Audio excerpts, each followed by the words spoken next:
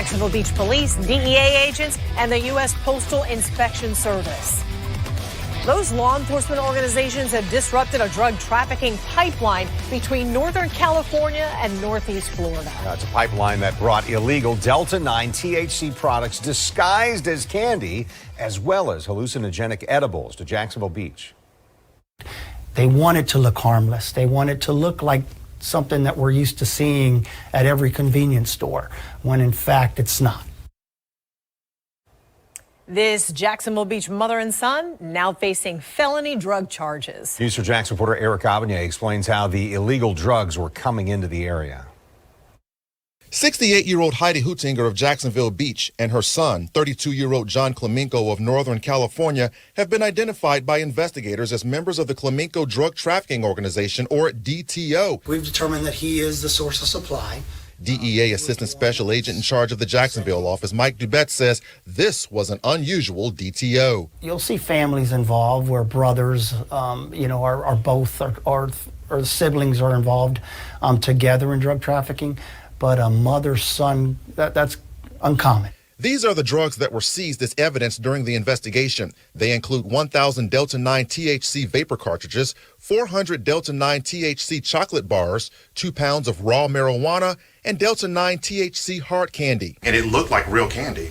Sure, this is a marketing strategy. This is a disguise. This is to avoid detection. It's created or made to look like candy, so it's marketing, younger folks. Investigators say all the Delta-9 evidence contained more than 0.3% of THC, which made them extremely potent and illegal under federal law.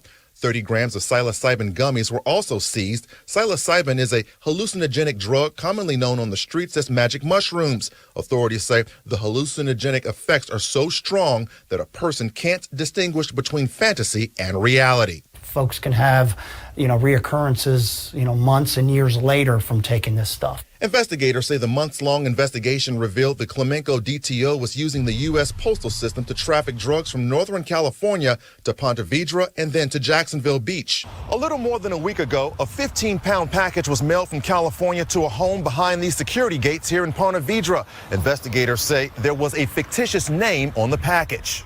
But the package was never dropped off at the home, just like other packages destined for different addresses. Investigators determined that a contract postal worker at this Ponte Vedra postal facility, whose name is being withheld, was part of the trafficking operation. Law enforcement surveillance revealed the postal worker would scan the packages as delivered to the intended address. But investigators say the worker would wait until the end of his shift to drop off the packages at Hutinger's Jacksonville Beach home. The home is also where investigators say they collected more drug evidence. Now, federal agents said once they confronted Hutinger with the evidence and facts about their surveillance, she confessed to selling the drugs on the streets. And according to investigators, her son sent customers her way.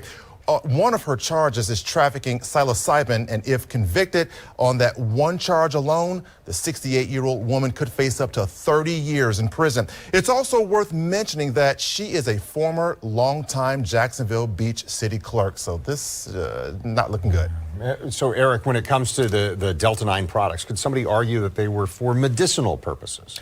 The quick answer to that question is no, and I'm going to show you an example why. I hold in my hand right now, these are THC products that were they were purchased from an actual medical marijuana dispensary. The difference between this and the stuff that was out on the street is a simple fact that with this stuff, you know where it came from. You know it came from a facility that is regulated, federally regulated. You also know that it has the legal amount of THC. The stuff that they found in this investigation, they don't know, investigators don't know who's making it.